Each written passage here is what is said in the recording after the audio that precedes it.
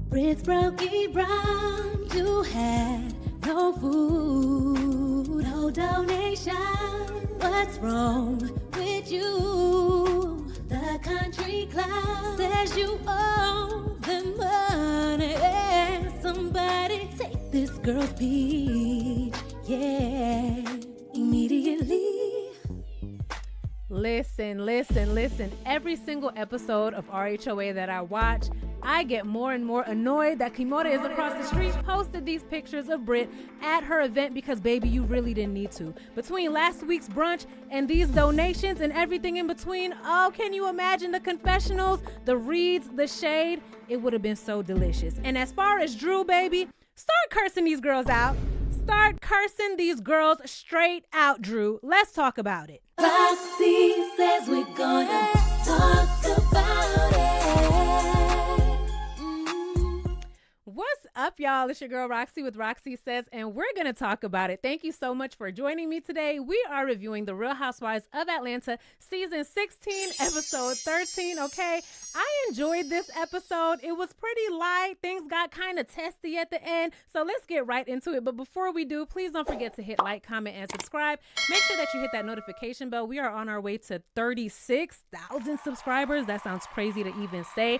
Thank you all so much who've already hit that button and hit that notification bell. And for those of y'all who be in the comments, I appreciate each and every single one of you. All right, so let's get into this review. So first off, we see that Phaedra, she got herself a little tagline. Okay, she's in the intro and everything, talking about she's back from the dead and now it's time to bury the past. But did you apologize yet, Phaedra?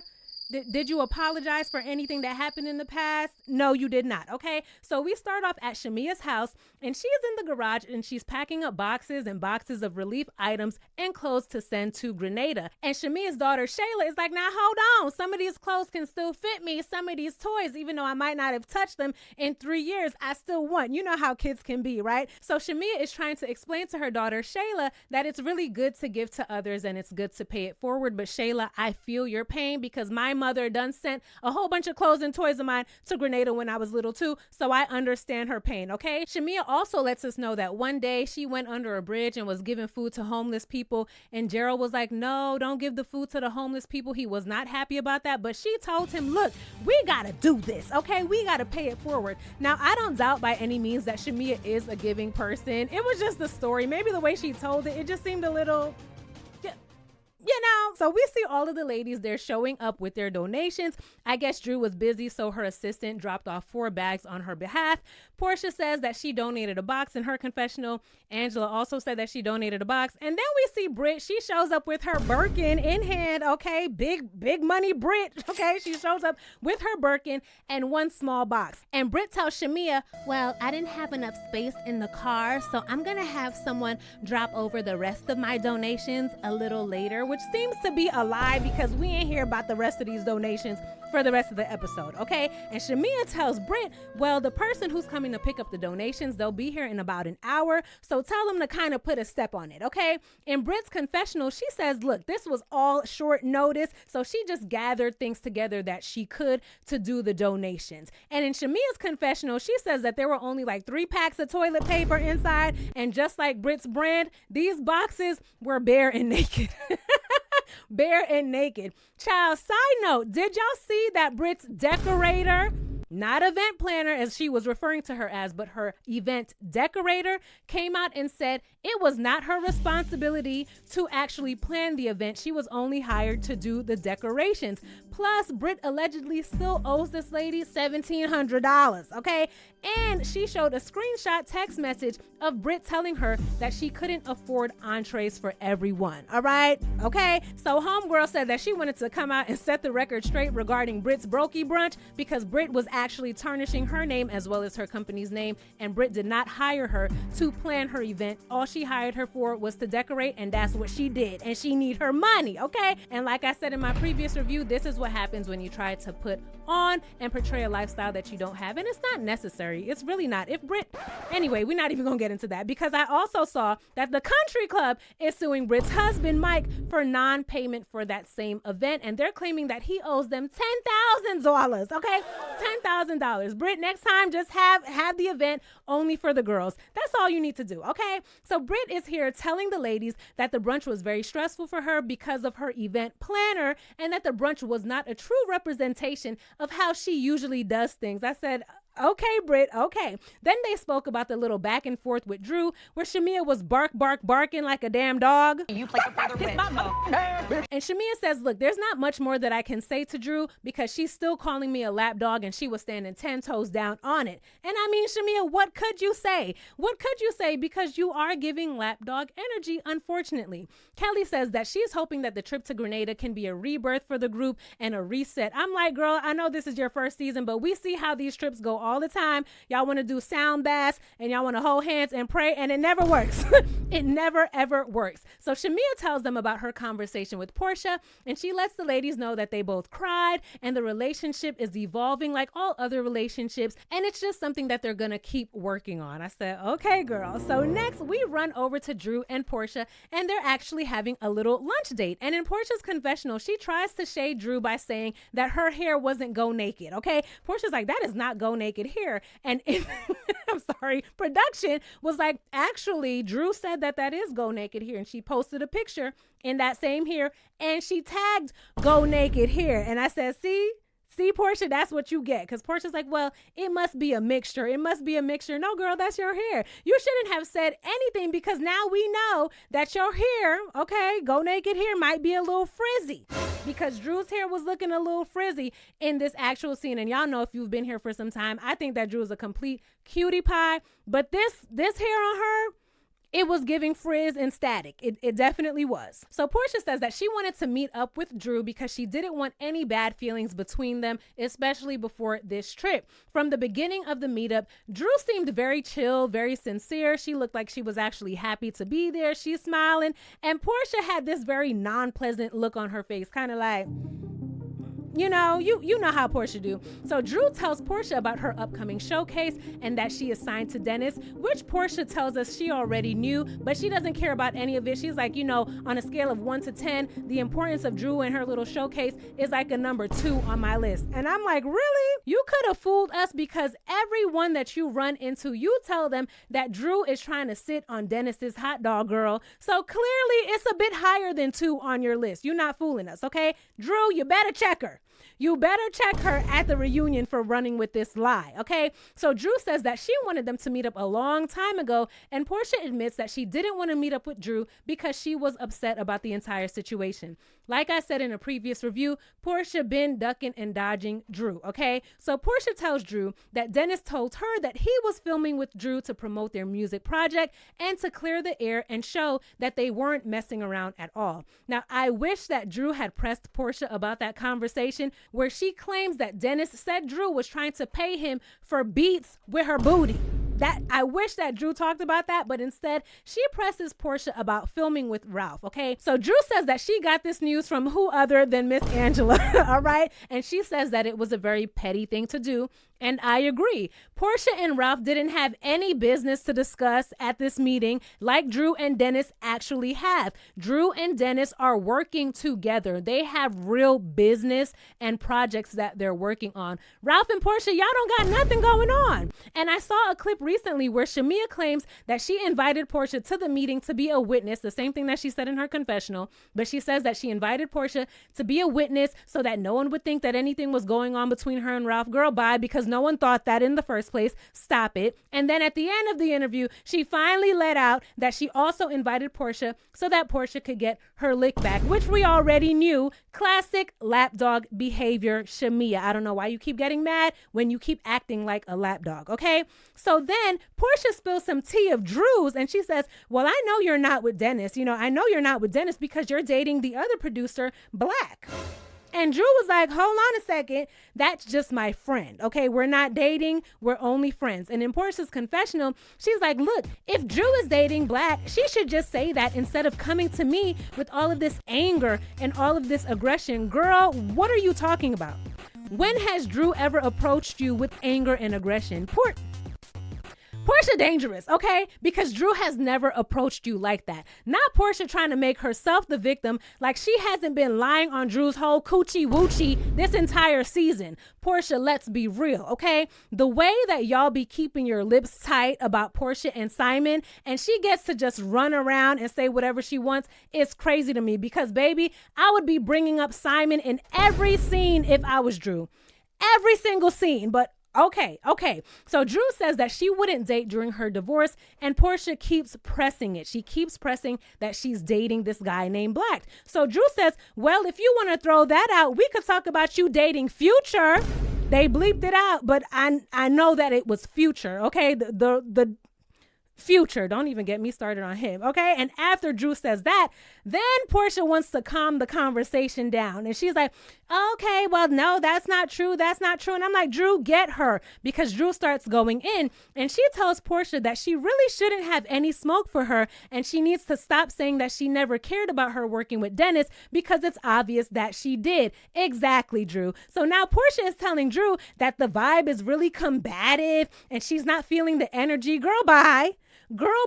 And Drew keeps reiterating that she did nothing wrong to Porsha for her to be upset with her, and she's the one who's being combative. And in true Porsha fashion, what do you think that she does? She gets up and she leaves mid-conversation. Child, once Drew said Future's name, Porsha was up and out of there. Up and out of there. You can really see how manipulative Porsha is in this conversation. I mean, we've seen it before, but you can really see it in this conversation as well. And it's annoying, okay? Child, while Porsha is leaving, Drew is still talking her shit, talking about, yeah, run away like you always do. You never want to face the truth. I'm starting to see why Simon is leaving you. I said, okay, now Drew, both of y'all are going through a divorce, okay? So you can't really play that card because y'all are both getting divorced. But I do like that Drew held her own in this conversation, all right? So next we see all of the ladies. They're preparing for their trip to Grenada, and we're with Kelly and her daughters and that damn dog, all right? And she tells us that unfortunately, because of this trip, she's gonna miss her kids' first day of school. And I said, girl, why are you missing their first day of school? I don't like that, okay? So Kelly's publicist, his name is Lamont, and he's really close to the family as well, and he's going to be taking the girls to school. And one of the twins was like, well, if he takes us to school, they're going to think that he's our dad, and we don't want people all up in our business. I said, I know that's right, little mama. I know that's right. They had me cracking up. But Kelly tells us that it really sucks that she can't even depend on the dad of the kids to be present on their first day of school. She has to recruit a friend. That's absolutely horrible. It really is. But the girls tell Kelly that it's not a big deal. And we can see even from scenes that Kelly has had with Chloe where she downplays her husband. What's his name? Mark, right? Even though that's not her biological dad, it seems like the girls are getting used to saying, oh, that's okay. That's not a big deal, to things that are a big deal. And I'm not in their head, but I can imagine as a little girl to not have the support or not have the involvement of either parent is horrible. And it's a horrible feeling. And I know that in a previous episode, Kelly did say that Chloe was in therapy, but I hope that all the girls are, because it seems like the girls are getting into a pattern where they're shrugging things off, even if it's important to them. And we don't want them to carry that into adulthood. Okay. So anyway, we see Kelly. She goes to the kitchen to give Uncle Lamont the rundown. And he's like, I got you. I got the girls covered. It's no issue.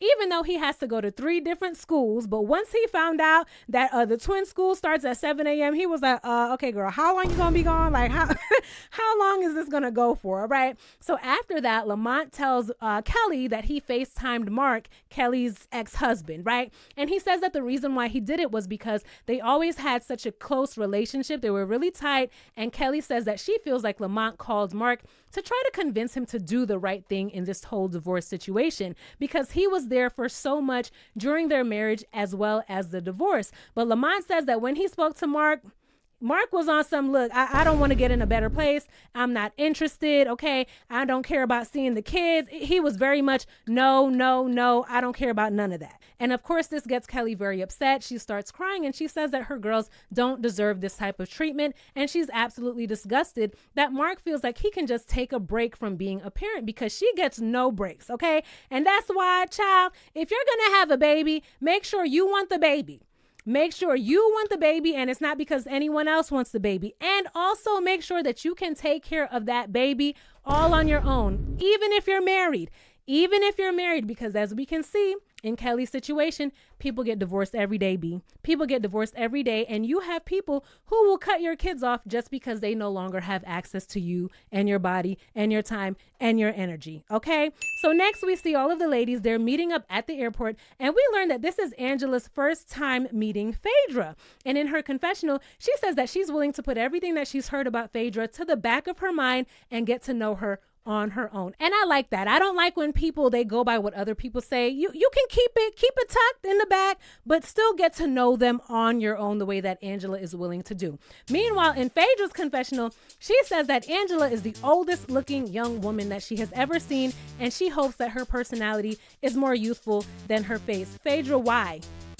This was unwarranted. Like, I understand that Phaedra feels like she has this shady persona to live up to, but that was just like, why? Maybe I'm being biased because I like Angela, but it was unwarranted. I can understand if Angela said something or did something to you, Phaedra, then you could, it was just unnecessary. I didn't like it. All right. So whatever. They arrived to Grenada and Shamia learns that her bag never made it. Okay. It's still sitting in Atlanta and it won't arrive till tomorrow. And she's upset because she says now she won't have a fresh pair of underwear to wear. And at this point I was like, Shamia, don't you travel all the time? You know, you're supposed to bring at least one change of clothes, some underwear, deodorant, toothbrush, toothpaste, all of that stuff in your carry-on, girl. Right. Just in case. But then I was like, well, maybe Shamia can just borrow one of Porsha's panties because she seems like the type to do some shit like that. Anyway, the ladies, they arrive and they receive a warm welcome and they immediately start drinking rum on their way to the villa. So one bus has Britt, Shamia, Porsha, and Kelly, and they're lit. They're taking shots and all of that. And the other bus has Phaedra, Cynthia, Drew, and Angela.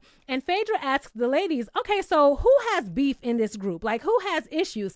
And Angela says that everyone is beefing with Drew. But Drew says, look, I don't have any beef. It's the people who are beefing with me. So she tells them about the Big Tigger interview that Shamia did, where she claims that Drew was lying about speaking 5 languages, but she was actually talking about the 5 love languages, which a lot of y'all said in the comments in my last review as well. So they get to the villa and they're greeted with the steel pan player and the moko jumbi, and they're on their stilts and the jab and all that stuff. So the men on the stilts, they're called moko jumbi, and I really like being in the Caribbean when they're preparing for carnival, especially in Grenada, because you'll see men just walking around on stilts, just hundreds of men practicing for carnival. And this isn't only in Grenada. I've seen them do it in Trinidad. I've seen them do it in St. Vincent too, where my dad is from, just to give y'all some information on that. Okay, my mom, she called me during the episode. She was so excited. She's like, watch the moko jambi, watch the jab. She was so excited. But she was like, prices better not go up for them plane tickets to Grenada because of these housewives. Okay, so anywho,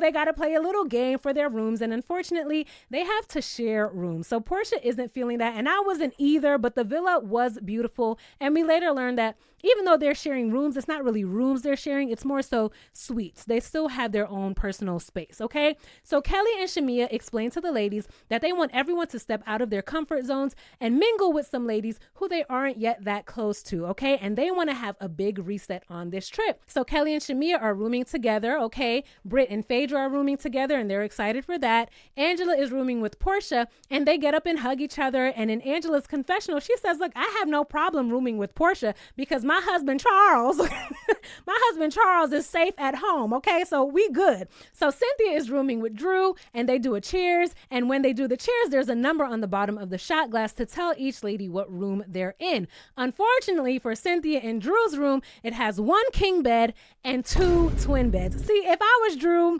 at this point, I would be annoyed because why y'all keep playing with me on these trips? On the last trip, she wasn't invited on that trip. So, I get it. But on the last trip for Porsha's birthday, they gave her the room with the bunk beds. And now she got to, do a toss up for 2 twin beds. Even in Porsha's confessional, she's like, now why they keep doing Drew like this? Justice for Drew.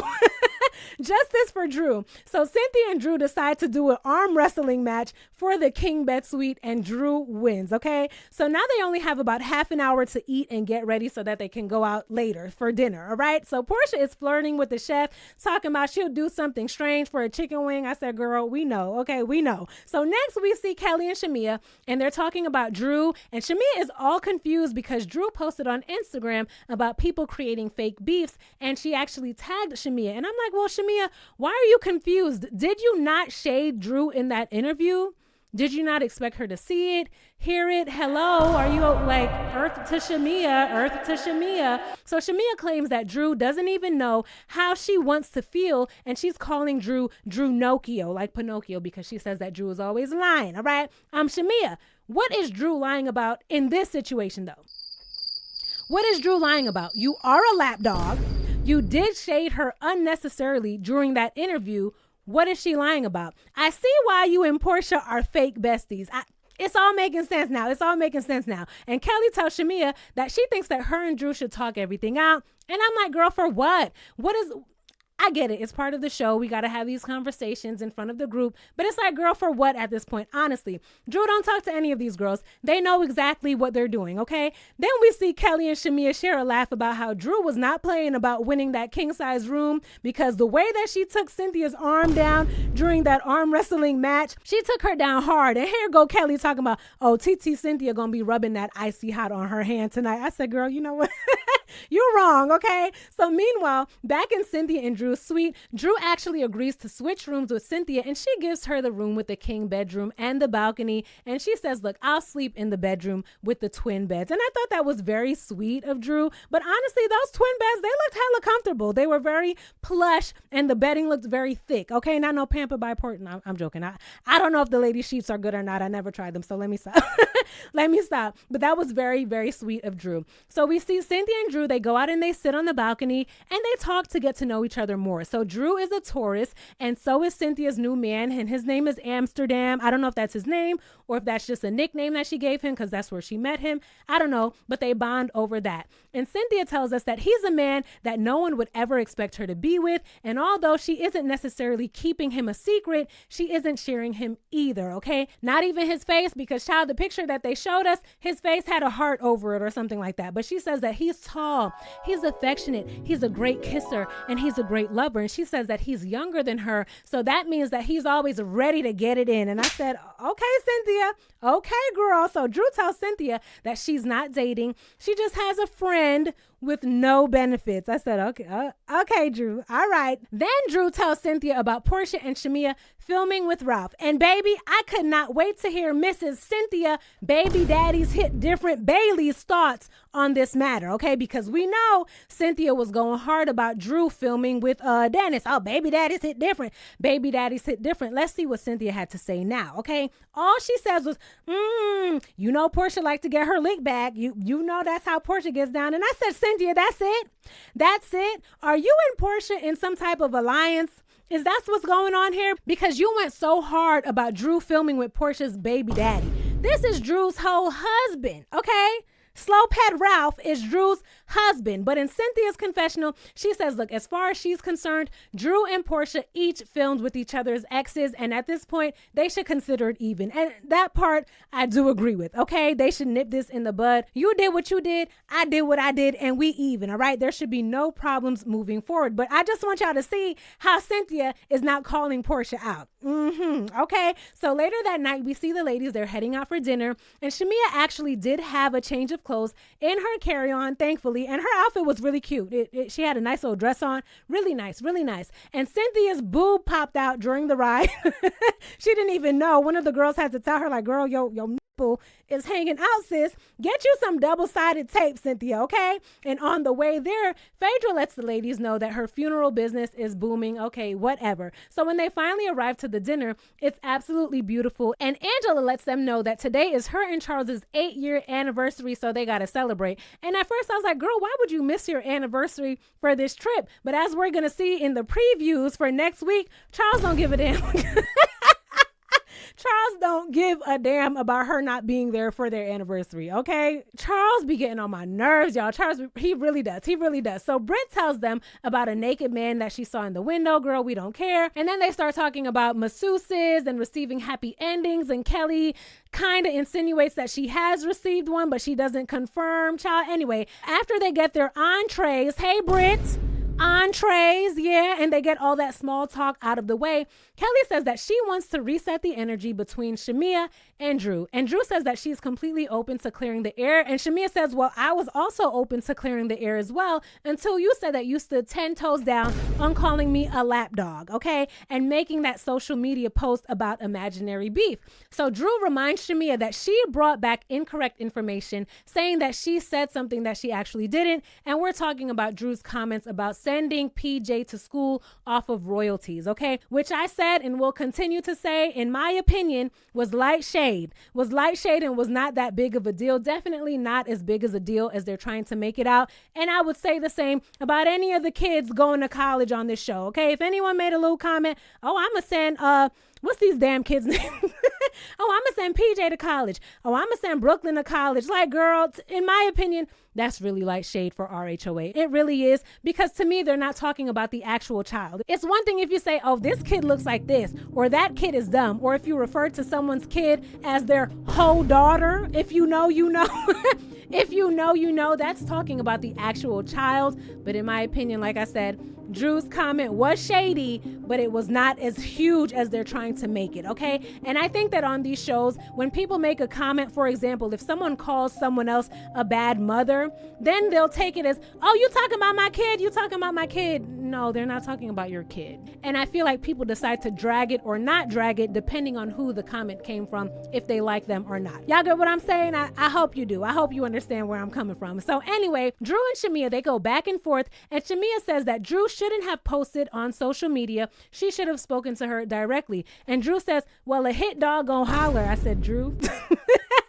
Drew, first of all, if we're talking about the social media post, you can't say hit dog gon' holler because you tagged Shamea in the post. You tagged her, okay? So you tagged her, all right? So when Drew says that, Shamea gets even more upset because we know that Shamea doesn't like being called a dog, even though That you play for father bitch. but okay. So Shamea says she's gonna run back whatever is said to her about her friend. She don't care.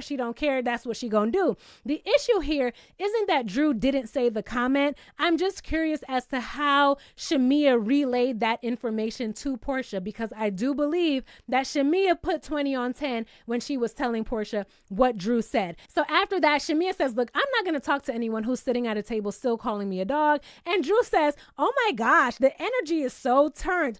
Drew, now you're doing exactly what Porsha did earlier, okay? Even though it's warranted and Shamea is a lap dog, okay, and she was barking at the table, you can't tell someone, oh, a hit dog gonna holler, and then when they get upset, you act all surprised and be like, oh my God, why is the energy so turned? These ladies are crazy.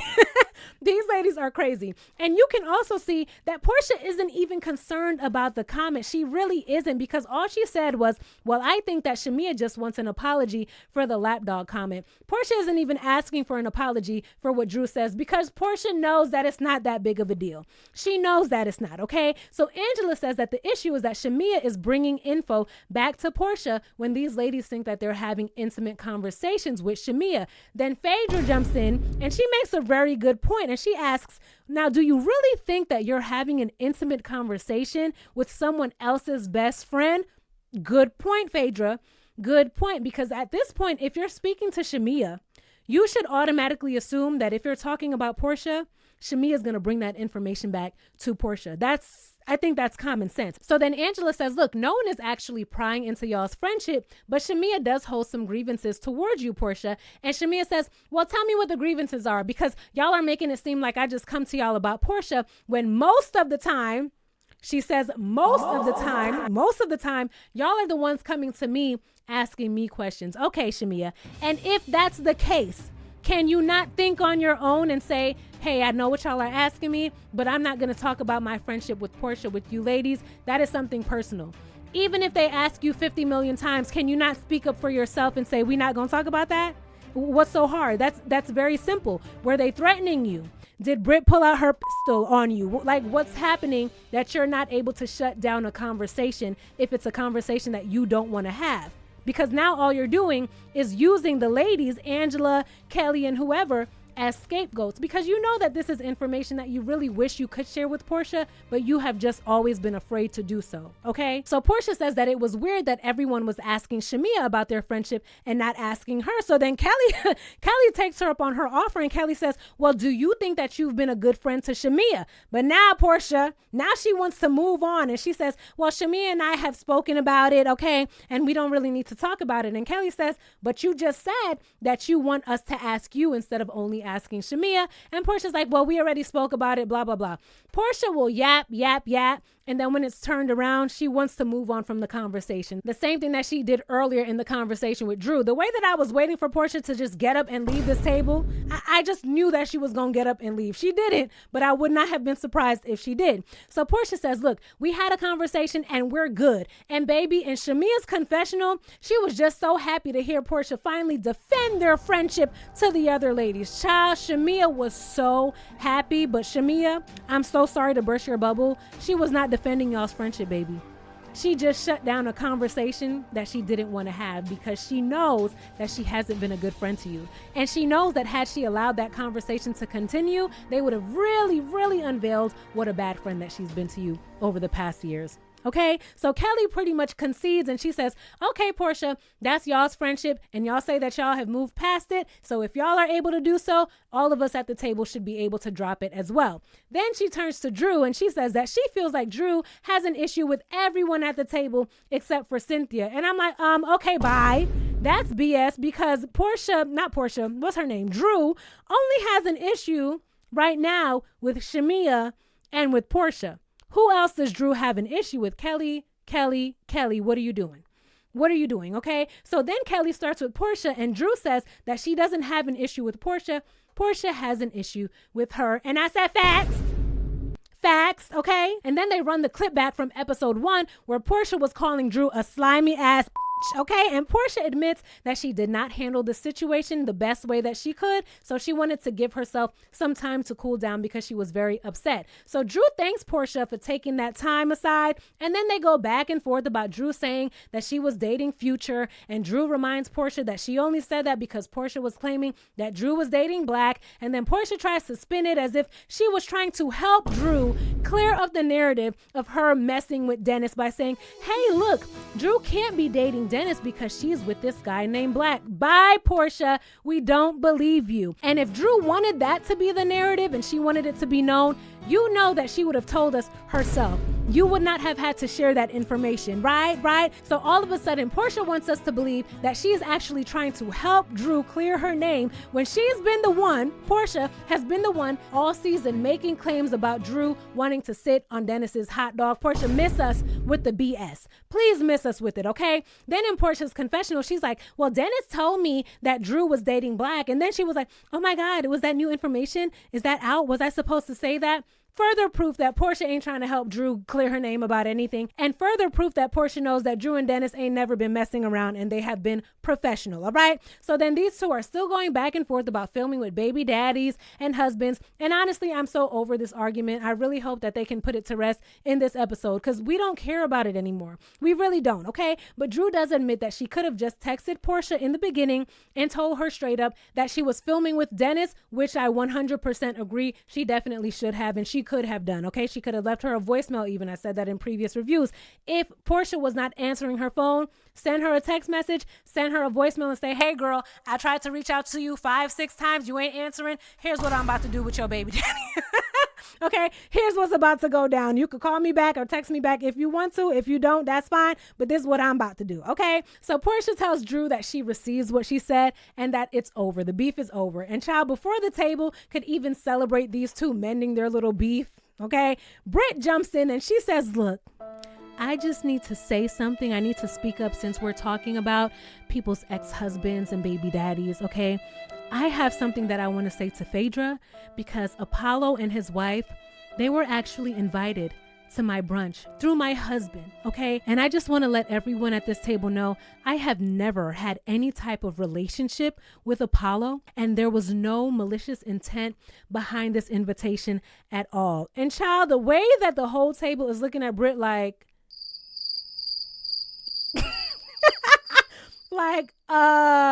okay. And in Phaedra's confessional, she says, look, I don't know why Britt is even bringing Apollo up. He is not my husband, girl. He is married to a whole other woman, so I could not care less. And child, it's very obvious that Britt just wanted a moment, okay? And I just feel like Britt was like, how can I work my way into this scene? Because in the beginning, she was saying that she had some tequila and she was feeling nauseous. Ain't nobody give a damn. Then she said that there was a man in the window and he was getting dressed or he was naked. Ain't nobody give a damn about that either. So now she had to put herself in this by talking about Apollo. Girl, no one gives a damn, okay? No one gives a damn. I thought that she was going to apologize for that tacky ass brunch she had and not feeding everyone, but that's not what she wanted to say, all right? So Kelly thanks the ladies for opening up and agreeing to move forward, and she's excited that they're going to leave the past in the past, right? And I said, of course not. Of course not, because in the next episode, we're going to see the beginning of both Shamia and Kelly falling out. And y'all know how much I've been waiting for this moment. I really have. And we know that eventually Angela and what's her name? Phaedra are also going to fall out. So, child, that was the end of the episode. Let me know all your thoughts in the comments. Don't forget to hit like, comment, and subscribe before you leave, because we are on our way to 36K, okay? We're on our way to 36K and eventually 40K. So thank you all so much, and I can't wait to chat with y'all in the comments, and I really can't wait to see you in my next video. Bye! Roxiie says we're gonna